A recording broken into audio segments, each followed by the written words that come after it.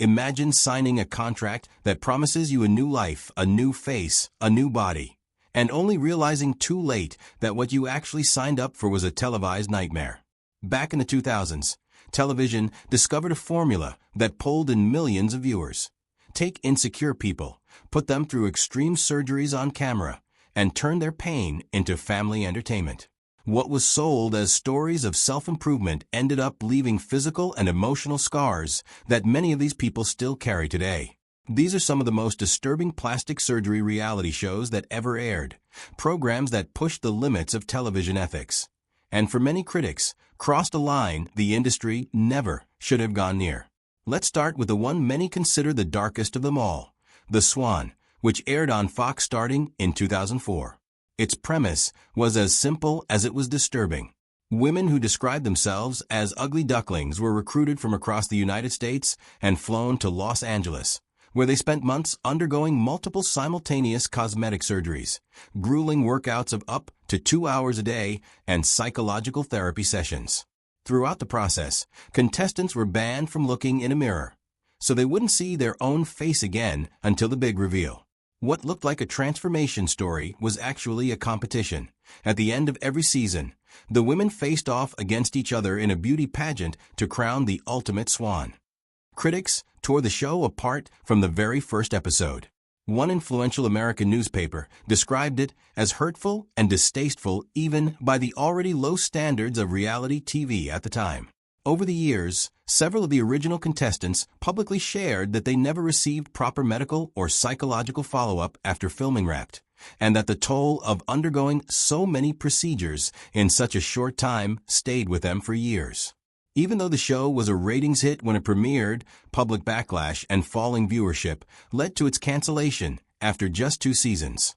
Over time, The Swan went from being a TV phenomenon to becoming a symbol of everything that can go wrong when entertainment is put ahead of people's well-being.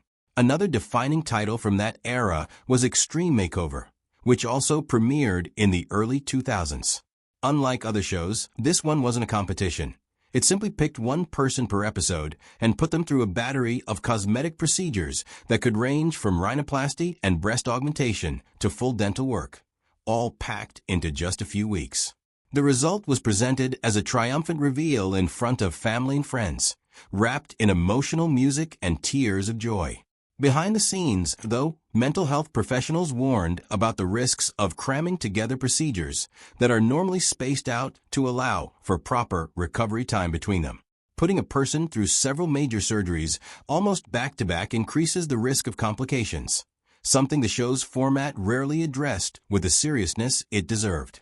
The program inspired countless spin-offs and versions in other countries, many of which copied the same formula without adjusting for the medical risks involved, helping normalize the idea that a full-body transformation could be achieved in a matter of weeks with no lasting consequences. Around the same time came I Want a Famous Face, a show that pushed the obsession with appearance into even more unsettling territory. Its premise was to find people who wanted to physically resemble a celebrity and help them get there through cosmetic surgery. Participants underwent procedures to get the nose of a famous actress, the cheekbones of a singer, or the jawline of a music idol, all with the openly stated goal of imitating someone else.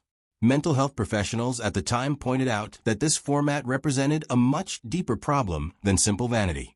It fed the idea that one's own identity could and should be sacrificed in favor of someone else's ideal. Several psychologists warned that many participants showed signs of a distorted self-image, and that encouraging them to chase a physical resemblance to another person, rather than addressing those insecurities at their root, could make the underlying problem worse instead of better.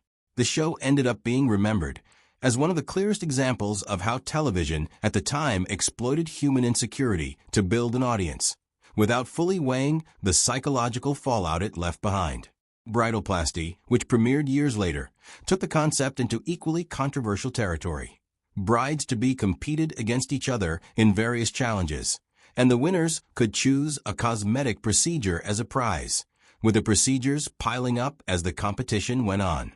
The final winner received, on top of every procedure she'd accumulated, a fully paid dream wedding. With one catch: She couldn't see the results of any of her surgeries until her actual wedding day, standing at the altar in front of all her guests. Critics were nearly unanimous in calling the premise one of the most questionable in recent television, combining the social pressure of marriage, competition between women, and the promise of a perfect body as a prize, all in one package. Plastic surgery associations publicly voiced concern over a format that turned serious medical procedures into contest prizes, downplaying the very real risks that come with any surgical intervention. The show was canceled after a single season, but it remains one of the most frequently cited examples when discussing just how far reality TV was willing to push ethical boundaries in the chase for ratings. Not every cosmetic surgery show focused on transforming unknown people. Some decided to show the other side of the scalpel. Dr. 90210 followed the daily lives of several Beverly Hills plastic surgeons, showing both their consultations and the procedures they performed on a clientele that included actors, models, and entertainment personalities. Although the show presented itself as an educational look inside the world of cosmetic surgery, it was also criticized for turning delicate medical procedures into spectacle, showing surgeries in a level of detail that made even health professionals uncomfortable. Over the years, various specialists noted that this kind of programming helped normalize cosmetic surgery as a quick, almost everyday fix, downplaying for the general public the very real medical risks involved in any surgical procedure, no matter how simple it might look on screen. By the 2010s came Botched, a show with a completely different angle, but just as disturbing in the content it showed. Rather than promoting new surgeries, this program documented the cases of people left with serious physical aftereffects following failed cosmetic procedures, many of them performed by unlicensed practitioners or in questionable clinics outside their home country. Across its seasons, the show featured implants that had shifted out of place, complications from substances that never should have been injected for cosmetic purposes, and faces left permanently altered after years of botched work. While the show's stated goal was to raise awareness about the dangers of so-called cosmetic surgery tourism and procedures performed by people without proper medical training, it also drew criticism for visually exploiting its subject suffering, showing close-ups of severe medical complications in a way that some viewers found more sensational than informative. Even so, several well-known surgeons took part in the show, hoping to use it as a platform to publicly warn about the real risks of chasing cheaper surgeries without checking the experience and credentials of the person performing them. Another show that sparked heavy controversy was Skin Tight, which focused on patients who had lost a massive amount of weight and, as a result, were left with excess skin that could only be corrected through reconstructive surgery. Even though these were technically medically necessary procedures rather than purely cosmetic ones, the show's format insisted on presenting the process in a highly visual way, exposing patients' bodies in a manner many viewers found invasive and dehumanizing. Mental health specialists pointed out that displaying the bodies of people who had already been through an intense physical and emotional journey, like losing an enormous amount of weight, in this way could add an extra layer of psychological strain, piling public exposure on top of an already difficult process of body acceptance. There was also My Extreme Affliction, a show that documented the cases of people whose lives had been shaped by extreme medical or cosmetic decisions, some of them tied to plastic surgery addiction. The program told the stories of people who had undergone dozens of procedures, chasing a sense of perfection they never felt they'd actually reached, a pattern specialists identify as part of a broader psychological issue in which a person never feels satisfied with the results, no matter how many procedures they undergo.